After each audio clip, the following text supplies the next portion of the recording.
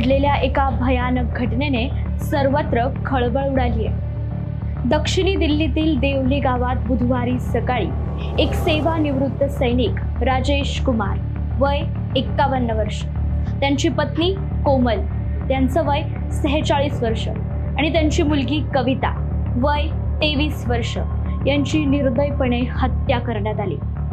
पोलिसांनी अवघ्या 12 तासातच या हत्याकांडाचा उलगडा केलाय।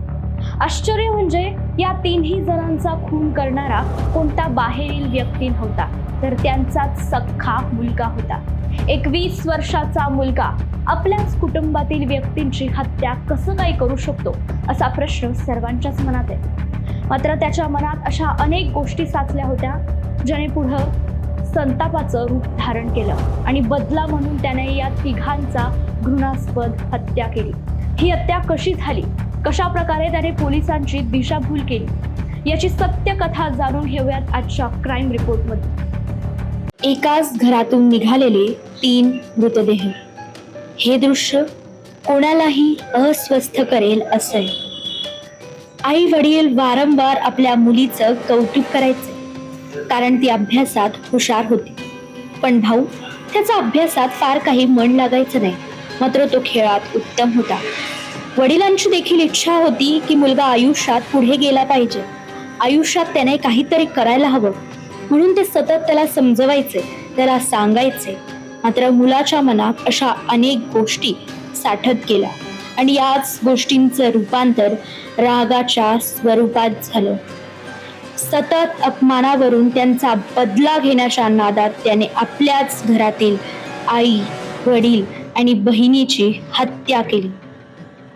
विचारपूर्वक आई वडिलांच्या लग्नाच्या वाढदिवसाचा दिवस त्याने निवडला, कारण त्याच दिवशी त्याचे आई वडील हे सर्वात जास्त खुश असतील आणि त्यांचा तोच आनंद त्याला नष्ट करायचा होता।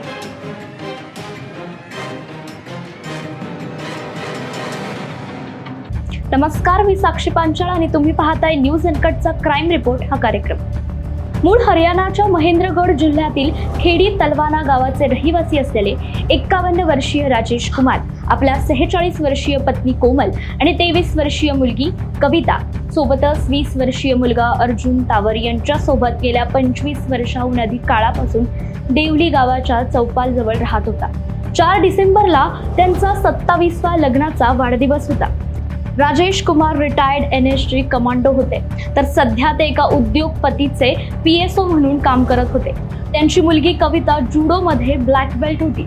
ती सिव्हिल सर्व्हिसेस म्हणजे स्पर्धा परीक्षेची तयारी करत होती। राजेशचा मुलगा अर्जुन देखील राष्ट्रीय स्तरावरील बॉक्सर होता। दिल्लीत स्टेट लेवल बॉक्सर चॅम्पियनशिप मध्ये त्याने सिल्वर मेडल देखील मिळवलं होतं। पण 4 डिसेंबरला नेमकं घडलं तरी काय, तर सकाळी मुलगा अर्जुन घराला कुलूप लावून मॉर्निंग वॉकला जाण्याच्या कारणाने बाहेर पडला। सुमारे 1 तासानंतर परत घरी आल्यावर त्याने पाहिलं की त्याची आई वडील आणि बहीण मृत पडलेले। वरच्या मजल्यावर त्यांच्या वडिलांच्या गळावर एक ओढणी टाकली होती, तर आई आणि बहिणीचा मृतदेह हा कपड्याने झाकलेला होता। धारधार शस्त्राने तिघांची हत्या करण्यात आलेली। यानंतर तो रडत घाबरून शेजाऱ्यांकडे गेला, त्यांना कळवलं, नातेवाईकांनाही कळवलं। सगळे आश्चर्यात। घरात 3 जणांची हत्या होते आणि कोणालाही याची खबर नाही। त्यानंतर पोलिसांना माहिती देखील देण्यात आली। ट्रिपल मर्डर म्हणजे तिहेरी खून प्रकरणाची माहिती मिळताच विशेष पोलीस आयुक्त मधु तिवारी, संयुक्त पोलीस आयुक्त SK जैनसह फॉरेन्सिकची टीम घटनास्थळी दाखल झाली। पोलिसांनी तपास केला तेव्हा पाहिलं की घरात कुठेही तोडफोड झालेली नव्हती किंवा चोरीही झाली नव्हती। तसंच CCTV फुटेजच्या विश्लेषणातून क्राईम सीनच्या जवळपास कोणत्याही संशयित व्यक्तीचा प्रवेश देखील आढळून आला नाही। शेजाऱ्यांनीही पोलिसांनी दिलेल्या माहितीनुसार असं दिसून आलं की या तिन्ही मृतांचा कोणाशीही वाद देखील झाला नव्हता। या सर्व पुराव्यांच्या आधारे मृत राजेश यांचा मुलगा अर्जुनला पोलिसांनी ताब्यात घेतलं। पोलिसांना चकमा देण्यासाठी अर्जुन रडत रडत बोलत होता की आता मी कोणाकरिता जगणार। बराच वेळ त्याने पोलिसांची दिशाभूल केली, जसं त्याला काही माहीतच नसावं। पोलिसांनी जाब विचारणा केल्यावर तो त्यांना इंग्रजीमध्ये उत्तर देऊ लागला आणि प्रत्येक वेळेस त्याचं स्टेटमेंट हे वेगळंच असायचं। घरून निघण्याचा वेळ हा सतत तो बदलत राहायचा। अर्जुनच्या हातालाही जखम झाली होती आणि अखेर पोलिसांनी जेव्हा त्याची कसून चौकशी केली त्यावेळी अर्जुनने त्याचा गुन्हा कबूल केला। आरोपी अर्जुनने चौकशी दरम्यान उलगडा केला की त्याचे वडील नेहमी त्याच्या बहिणीचंच कौतुक करायचे, कारण ती अभ्यासात खूप हुशार होती। सतत दोघांची तुलना त्याचे आई वडील करायचे। एवढंच नाही तर त्यांच्या घराजवळ एक बांधकाम साईट होती, तिथे अर्जुनचा एका गोष्टीवरून वडील राजेश यांनी सर्वांसमोर म्हणजेच रस्त्यावर त्याला मारलं होतं, त्यामुळे त्याला फार अपमानित वाटलं होतं। सतत त्याला घालून पाडून बोलायचे आणि बहिणीवर जास्त प्रेम करायचं। तसंच वडील त्यांची संपत्ती मुलीच्या नावावर करणार या गोष्टींचाच राग धरून त्याने ही हत्या केली। त्याने आपल्या वडिलांच्या चाकूनेच या तिघांची हत्या केली। आरोपी अर्जुन एका आठवड्याभरापासून या हत्येची प्लॅनिंग करत होता। 2 तारखेला त्याच्या बहिणीचा वाढदिवस होता।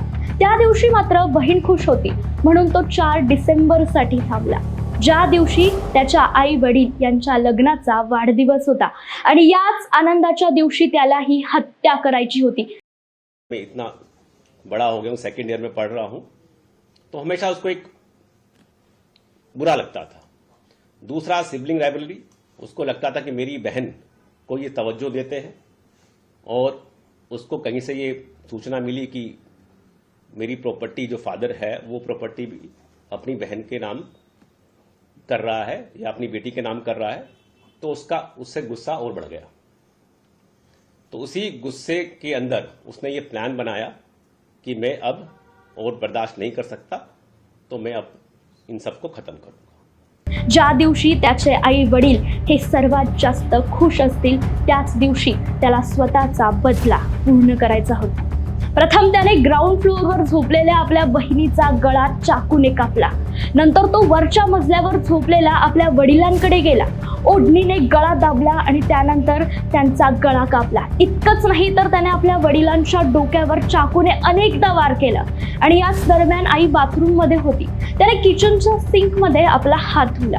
जेव्हा आई बाथरूम मधून बाहेर पडली तेव्हा अर्जुनने तिच्या गळ्यावर ही चाकूने वार केले आणि तिची हत्या केली। नंतर बाथरूम मध्ये त्याने हात पुन्हा एकदा धुला आणि रक्ताने भरलेले कपडे जिमच्या बॅग मध्ये टाकले आणि जवळच्या संजय वन मध्ये नेऊन ठेवले। या दरम्यान रक्ताचे डाग त्याच्या बाईकवरती, चावीवरती आणि दरवाजाच्या हँडलवरती लागले। याच डागांवरून पोलिसांनी या घटनेचा उलगडा केला।